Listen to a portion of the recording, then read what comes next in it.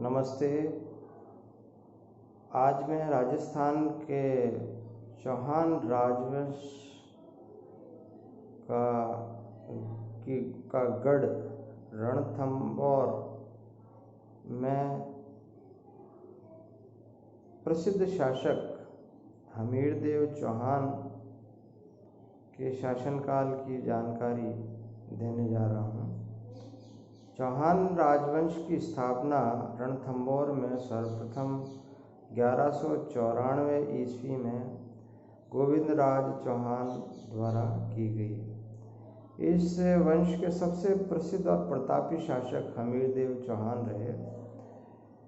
इनके पिता का नाम जय सिंह चौहान था और हमीरदेव चौहान का राज्याभिषेक 32 वर्ष की आयु में किया गया और इसी वर्ष में हमीरदेव चौहान द्वारा 32 खंभों की छतरी का निर्माण कराया गया, जो उनके पिता की याद में उन्होंने कराई। ये वहाँ की प्रसिद्ध स्थापत्य कला का नमूना है।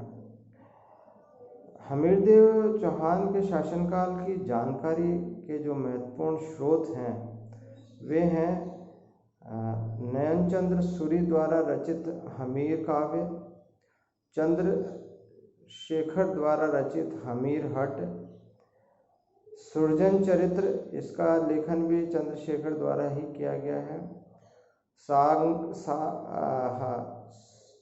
सागरधर द्वारा रचित हमीर रासो और जोधराज द्वारा रचित हमीर रासो। ये 5 स्रोत हैं जिनकी सहायता से हमीर चौहान के शासनकाल की हमें जानकारी मिलती है। कला, संस्कृति, साहित्य के अतिरिक्त जो सबसे महत्वपूर्ण चौहान राजवंश के शासनकाल की जो घटनाक्रम हैं जिनको जानना सबको जरूरी है, उसका उल्लेख करने जा रहा हूँ। हमीरदेव चौहान के समकालीन शासक दिल्ली सल्तनत सुल्तान जलालुद्दीन खिलजी थे, जिन्होंने मात्र 6 वर्षों तक शासन किया, यानी कि इन्होंने 1290 से 1296 तक शासन किया। अपने शासनकाल में जलालुद्दीन खिलजी ने 2 बार रणथंभौर पर असफल आक्रमण किए। ये आक्रमण 1291 और 1292 में कहा जाता था। इनके द्वारा जो प्रसिद्ध वाक्य कहा गया वो मैं आपकी जानकारी में लाना चाहूँगा विद्यार्थियों, क्योंकि ये कई बार प्रतियोगी परीक्षाओं में पूछ लिया जाता है कि रणथंभौर के दुर्ग को मुसलमानों के बाल के बराबर भी नहीं समझता। ये वाक्य जलालुद्दीन खिलजी द्वारा कहा गया, कई बार पूछा जाता है। इनकी हत्या 1296 में इनके भतीजे तथा दामाद अलाउद्दीन खिलजी द्वारा कर दी गई। अलाउद्दीन खिलजी ने राजसत्ता में आते ही 1301 में रणथंभौर पर आक्रमण करने का निर्णय लिया। इसके पीछे जो मूल कारण है, वो पहला कारण तो ये माना जाता है कि हमीरदेव ने अलाउद्दीन खिलजी को कर देने से मना कर दिया। दूसरा जो मूल कारण है वो ये कि अलाउद्दीन खिलजी अपने शासन का वर्चस्व चाहता था, विस्तारवादी नीति थी, और इस कारण वह जितने भी अड़ोस पड़ोस के शासक थे उन पर अपना प्रभाव राजनीतिक दृष्टिकोण से बढ़ाना चाहते थे। और तीसरा ये कारण ये भी माना जाता है कि इनके चाचा की हार का बदला भी लेना चाहता था। और चौथा जो सबसे महत्वपूर्ण कारण माना जाता है वो ये कि हमीरदेव चौहान ने मंगोल विद्रोही महमूद शाह को अपने राज्य में शरण दे दी थी, जिसने अलाउद्दीन खिलजी के विरुद्ध विद्रोह का बुगुल बजाया था। परिणाम स्वरूप दोनों की सेनाओं की भिड़ंत हुई। अलाउद्दीन खिलजी के सेनापति नुसरत खां और उल्गू खां थे, जबकि हमीरदेव चौहान के सेनापति भीम सिंह और धर्म सिंह थे। दोनों सेनाओं ने जब युद्ध लड़ा तो परिणाम यह रहा कि अलाउद्दीन खिलजी के सेनापतियों ने रणथंबोर की कुंजी कहे जाने वाले दुर्ग झाइन चापन या घात के दुर्ग पर कब्जा कर लिया। अलाउद्दीन खिलजी इससे भी संतुष्ट नहीं हुआ और 1301 में अलाउद्दीन खिलजी ने स्वयं रणथंबोर पर आक्रमण करने का निर्णय लिया।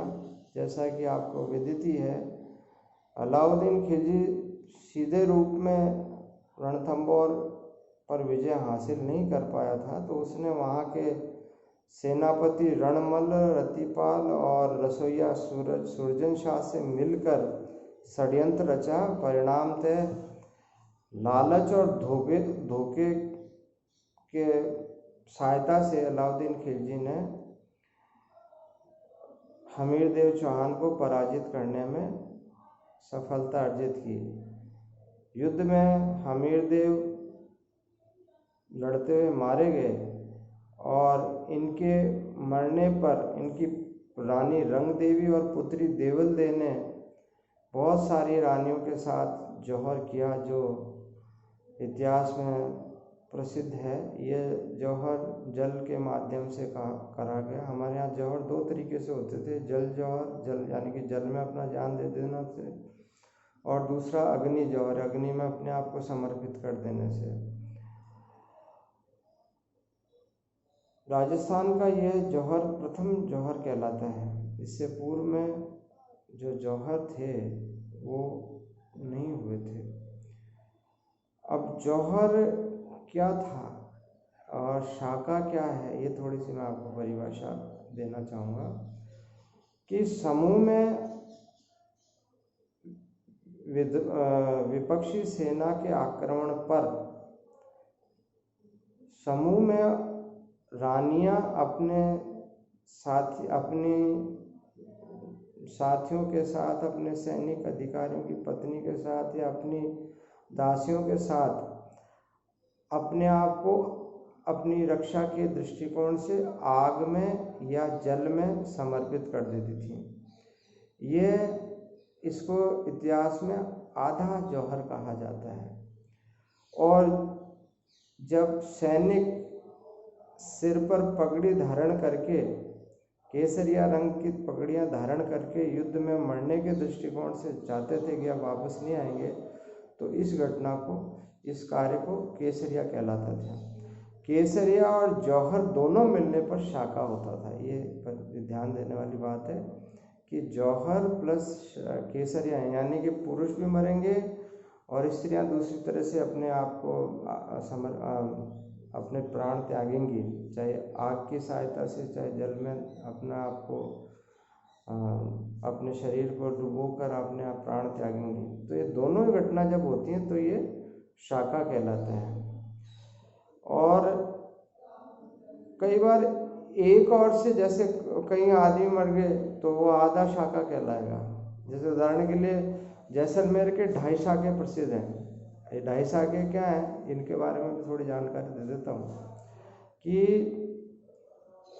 जैसलमेर में लूणकरण के नेतृत्व में केसरिया किया गया, यानी कि उन्होंने अपने आप को युद्ध करते हुए अपने प्राण त्याग दिए, लेकिन उनकी रानियों ने जौहर नहीं किया, तो ये आधा शाका कहलाता है। जो राजस्थान के जो जैसलमेर के जो प्रसिद्ध 2.5 शाके हैं, उसमें से आधा शाका जो है वो ये है कि लूणकरण ने केसरिया धारण करते युद्ध में अपने शरीर को त्याग दिया था, लेकिन उनकी रानियों ने जौहर नहीं किया, क्योंकि युद्ध का परिणाम दूसरा हुआ।